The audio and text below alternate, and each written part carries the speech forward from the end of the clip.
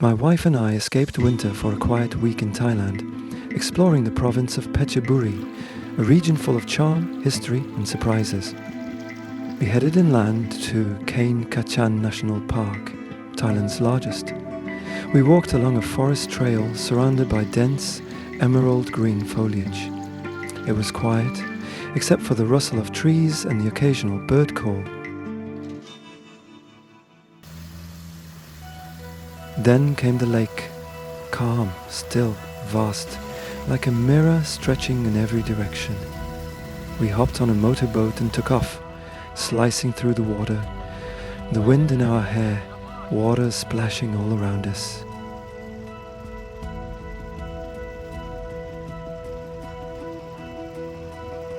After a while, we reached the Monkey Islands and slowed down. A few monkeys appeared right away. Bold, quick and clearly used to visitors, we offered some food and they took it without hesitation.